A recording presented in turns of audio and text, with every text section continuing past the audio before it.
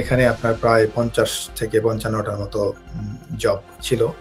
তো এটাকে obviously previous যে গভর্নমেন্ট, কনজারভেটিভ গভর্নমেন্ট, এটাকে কমিয়ে এটার নামও চেঞ্জ করেছে। বর্তমানে আপনার নাম হয়ে গেছে এখন ইমিগ্রেশন স্যালারি লিস্ট, এবং এখানে মাত্র 23টা আপনার জব রয়েছে।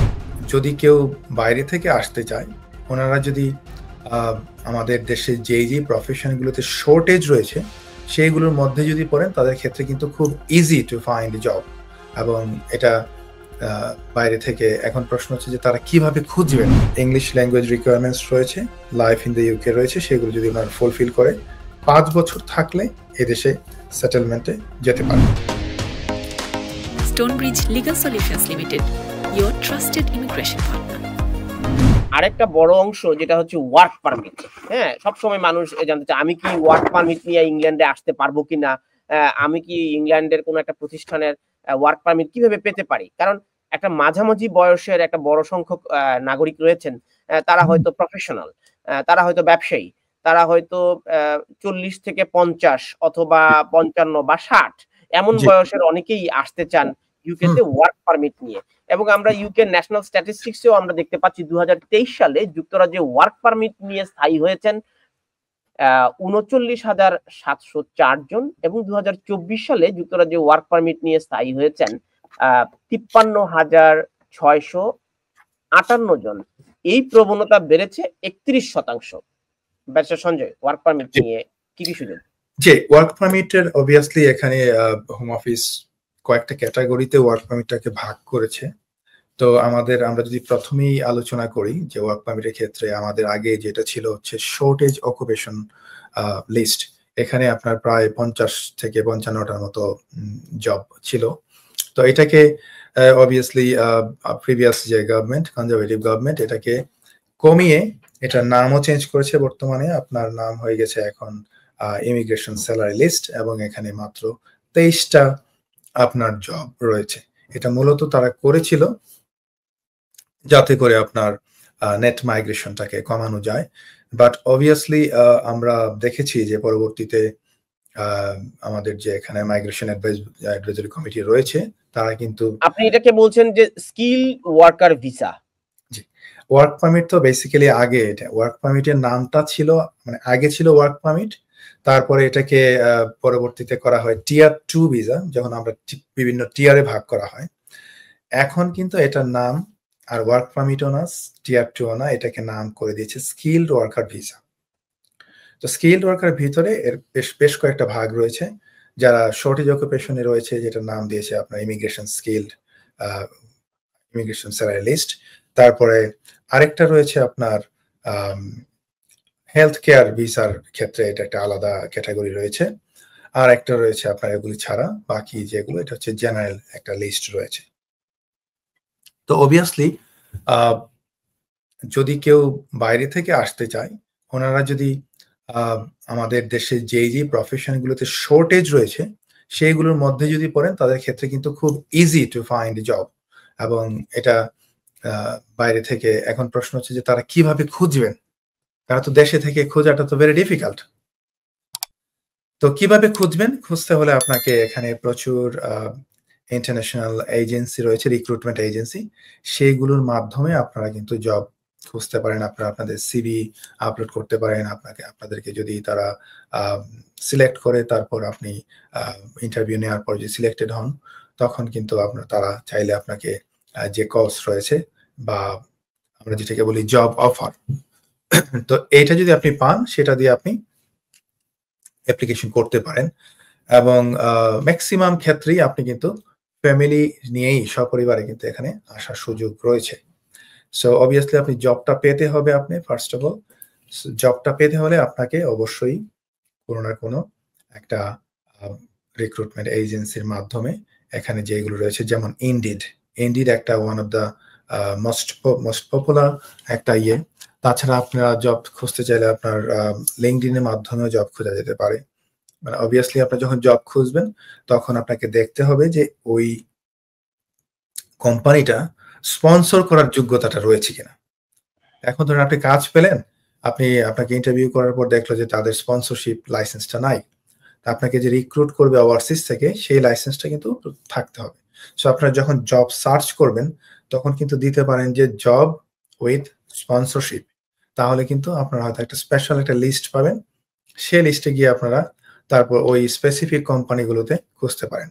আর কোম্পানি আলাদাভাবে খোঁজার জন্য আপনারা এখানে যে কোম্পানিগুলো রয়েছে সেটার কিন্তু আপনি আলাদা সার্চ দিয়ে খুঁজতে পারবেন যে কোম্পানিজ উইথ স্পন্সরশিপ অথবা কোম্পানি উইথ স্পন্সরশিপ লাইসেন্স, এরকম গভর্নমেন্টের বিভিন্ন লিঙ্ক রয়েছে। এই লিঙ্কগুলো আমরা যেটা করব এই কমেন্ট বক্সে আমরা দিয়ে দিব, সো দ্যাট আপনারা জানেন যে কোন কোন কোম্পানিগুলোর লাইসেন্স রয়েছে। সেই স্পেসিফিক কোম্পানিগুলোতে কিন্তু আপনারা সরাসরি আপনি তাদের ওয়েবসাইটে গিয়ে তাদের যদি ভ্যাকেন্সি থাকে সেখানে আপনি অ্যাপ্লাই করতে পারেন, অথবা তারা যদি অনেকেই সেটা তো হচ্ছে যে আপনি প্রক্রিয়ার কথাটা বলছেন ব্যারিস্টার সঞ্জয়, অনেকেই জানতে চান যে ওয়ার্ক পারমিট নিয়ে আসলে এই দেশে সেটেলড হওয়া যায় কিনা, এইটা যদি একটু খোলাখুলি বলেন। জি, অফকোর্স ওয়ার্ক পারমিটে আমাদের স্কিলড ওয়ার্কার ভিসায় যে নিয়মটা রয়েছে এখন, যে কেউ যদি এসে এখানে অন্যান্য রিকোয়ারমেন্টস সহ যদি কমপ্লিট ফুল 5 ইয়ার্স এই দেশে থাকতে পারে, তাহলে কিন্তু তারা ওই অল দ্য মানে যত রিকোয়ারমেন্টস আছে সেগুলি ফুলফিল করলে সেটেলমেন্টের আবেদন কিন্তু করতে পারে। তো সেটেলমেন্টের যাওয়ার ক্ষেত্রে এখানে ইংলিশ ল্যাঙ্গুয়েজ রিকোয়ারমেন্টস রয়েছে, লাইফ ইন দ্য ইউকে রয়েছে, সেগুলো যদি ওনারা ফুলফিল করে 5 বছর থাকলে এদেশে সেটেলমেন্টে যেতে পারে। আর 5 বছর হওয়ার পর সেটেলমেন্ট পাওয়ার পর 5 বছর পর যখন ওনারা ইনডিফিনিট লিভ টু রিমেইন পাবেন, তার 1 বছর পর ওনারা ব্রিটিশ নাগরিকত্বের জন্য আবেদন করতে পারেন। So this is the procedure, যে ওয়ার্ক পারমিটে আসলে অত্যন্ত দ্রুত 5 বছরের মধ্যে সেটেল হওয়ার সুযোগটা কিন্তু রয়েছে এখন। আচ্ছা, তো তাহলে একজন দর্শক জানতে চেয়েছেন যে তিনি ওয়ার্ক পারমিট নিয়ে আসার সময় তার সন্তান বা পরিবারকে নিয়ে আসতে পারেননি, কিন্তু ওয়ার্ক পারমিট যখন তিনি পেলেন তিনি সন্তান পরিবার নিয়েই কি সেটেল হতে পারবেন এখানে? Well as I said, like maximum এখানে যে স্কিলড ওয়ার্কার ভিসাগুলো রয়েছে সবগুলিতেই কিন্তু আপনার স্পাউস চিলড্রেন নিয়ে আপনি আসার সুযোগ রয়েছে। শুধুমাত্র 2টা ক্যাটাগরি এখানে, শুধু আপনার হেলথ কেয়ার ভিসার ক্ষেত্রে আপনার কেয়ার ভিসা এবং সিনিয়র কেয়ার ভিসা, এই 2টা ছাড়া আপনি যে কোনো ক্যাটাগরিতে, আপনার এখানে কিন্তু হান্ড্রেডস অফ ক্যাটাগরি রয়েছে, সেই যে কোনো ক্যাটাগরিতে আপনি যদি একটা রেস্টুরেন্টে একটা জব করেন আইদার শেফ হিসেবে অথবা ম্যানেজার হিসেবে, অথবা যে কোনো কোম্পানিতে আপনি যে কোনো প্রফেশনাল হতে পারেন, আপনি আইটি প্রফেশনাল হতে পারেন, যে কোনো প্রফেশনাল, আপনি যদি একটা জব পান সেই ক্ষেত্রে ক্ষেত্রে আপনি নিজেও আসতে পারবেন, এট দ্য সেম টাইম আপনি পরিবারকেও মানে পরিবারের জন্য আবেদন করতে পারবেন। অনেকে আবার যে বিষয়টা করেন যে নিজে আগে আসেন, তারপর যখন একটা অবস্থার উন্নতি হয়, উনি যখন একটা বাসাটা ভাড়া নিয়ে তারপর সবকিছু যখন আপনার অনুকূলে, তখনও কিন্তু আপনি আপনার ফ্যামিলি নিয়ে আসতে পারবেন। সো একবারই যে আসতে হবে নট নেসেসারি, আপনারা কিন্তু চাইলে পরেও আনতে পারেন। It's totally up to you. But এই প্রভিশনটি রয়েছে, ওয়ার্ক পারমিট অ্যাকসেপ্টেড হয়ে গেলে তিনি তার পরিবারের সন্তানদেরকেও এবং তার স্ত্রীকেও নিয়ে আসতে পারবেন, বা স্ত্রী চাইলে তার স্বামীকেও নিয়ে আসতে পারবেন, যে কোনো সময় আনতে পারেন, কোনো বাধা নাই। উনি যদি সিঙ্গেল হয়ে থাকেন, উনি যদি 2 বছর পরে বিয়ে করেন দেশে গিয়ে, তাকেও আনতে কোনো সমস্যা নাই। সো সেই সন্তানের বয়স অনেক সময় যারা স্কিলড ওয়ার্কার তাদের সন্তানের বয়স কারো কারো যদি 18-র বেশি হয়, সেক্ষেত্রে সংকট কিনা? সেই ক্ষেত্রে একটা সিরিয়াস সংকট রয়েছে। সেই ক্ষেত্রে সংকটটা হচ্ছে যে ডিপেন্ডেন্টস এর ক্ষেত্রে এবং যে বিষয়টাকে তারা বিবেচনা করে, একটা হচ্ছে স্পাউস আর একটা হচ্ছে চিলড্রেন আন্ডার 18। সো ওভার 18 হয়ে গেলে এটা কিন্তু আপনার রুলের মধ্যে পড়ছে না, therefore they can refuse it straight away. আমাদের সামাজিক বাস্তবতায় 18 বছর হলেও সন্তানরা বাইরে যায় না, তো ফুল পরিবার এখানে চলে আসবে। এই বাচ্চাটা তাহলে আসলে আমরা তো বাচ্চাই বলি, 18 বছর হয়ে গেলেও ঘর থেকে বাবা মা বের করে দেয় না। ডেফিনেটলি আপনি ঠিকই বলেছেন। এটা কিন্তু গ্রাউন্ড আছে কিনা, এটা কিন্তু আপনার আমি প্র্যাকটিক্যালি দেখেছি। আমার খুব ক্লোজ একজন বড় ভাই, উনি এখানে এসেছেন স্থায়ী হয়ে। মানে কেস স্টাডি বলছি আমি, যে উনি ওনার স্পাউস এবং ছোট আন্ডার 18 বাচ্চা যাদেরকে সহজে নিয়ে এসেছেন। কিন্তু ওভার 18 একজন বাচ্চাকে উনি অ্যাপ্লিকেশন করেছিলেন with all the conditions like যা কন্ডিশন তারা দেখতে চায় যে ওভার 18 হয়ে গেলে তারা দেখতে চায় যে উনি ইন্ডিপেন্ডেন্ট লাইফ লিড করছেন না, উনি হয়তো জব করছেন না, উনি বিবাহিত না, উনি বাবা মায়ের সাথেই আছেন, উনি স্টাডি করছেন, বাবা বা মায়ের উপর স্টিল ডিপেন্ডেন্ট। তারপরেও just because of the age over 18 হয়ে যাওয়ার কারণে ওনাকে কিন্তু ভিসাটা দেয় নাই, রিফিউজড করে দিয়েছে। সো যে জিনিসটা আপনি বলছেন এটা সত্যি আমাদের ইমিগ্রেশন রুলটা আসলে অনেক সময় খুবই হার্শ। আপনার দেখা যাচ্ছে যে আপনার 18 ইয়ার্স একদিন হওয়ার কারণেও কিন্তু তাকে রিফিউজড করবে বিকজ অফ এটা রুলে নাই। সো অবভিয়াসলি তার সেই ক্ষেত্রে অল্টারনেটিভ অপশন হচ্ছে যে উনি যদি চান হয়তো অন্য কোনো ক্যাটাগরিতে উনি আসতে পারেন, স্টুডেন্ট ভিসায় আসতে পারেন, আপনার ওয়ার্ক ভিসা বা অন্য কোনো ক্যাটাগরিতে।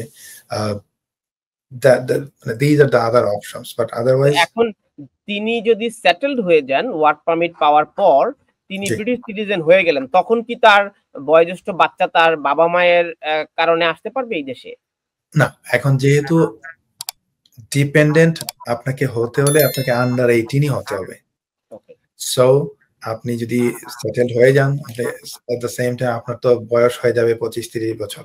সো অবভিয়াসলি এই বাচ্চাকে কিন্তু যেহেতু ওভার 18 হয়ে যাচ্ছে ওনাকে আর আনাটা সম্ভব হচ্ছে না। এখানে একটা এক্সেপশন রয়েছে, এটা হচ্ছে যে যদি ধরুন এমন একটা এক্সেপশন ধরেন কেউ একজন আসলো আন্ডার 18 একটা বাচ্চাকে নিয়ে। এখন আন্ডার 18 যদি একটা বাচ্চাকে নিয়ে আসে এবং পরবর্তীতে দেখা গেল যে ওনার বয়সটা বেশি হয়ে গেছে, আপনার যখন এক্সটেনশন করতে গেছে হয়তো 3 বছরের ভিসা নিয়ে আসছে, উনি আবার 2 বছরের একটা এক্সটেনশন করবেন। তখন যদি ওনার বয়স 18 থেকে 21 হয়ে যায় তখন কিন্তু আর সমস্যা নাই। অ্যাজ লং অ্যাজ উনি আগে মানে ডিপেন্ডেন্ট ভিসায় এসেছেন, এখনো ডিপেন্ডেন্ট আছেন, উনি ইন্ডিপেন্ডেন্ট লাইফ লিড করছেন না, উনি বিয়ে করেন নাই, উনি এখনো ডিপেন্ডেন্ট আছেন, বাবা মায়ের সাথে আছেন, তাহলে কিন্তু ওনাকে স্টিল ডিপেন্ডেন্ট হিসেবে ওভার 18 হয়ে যাওয়ার পরও ওনাকে অ্যালাউ করবে।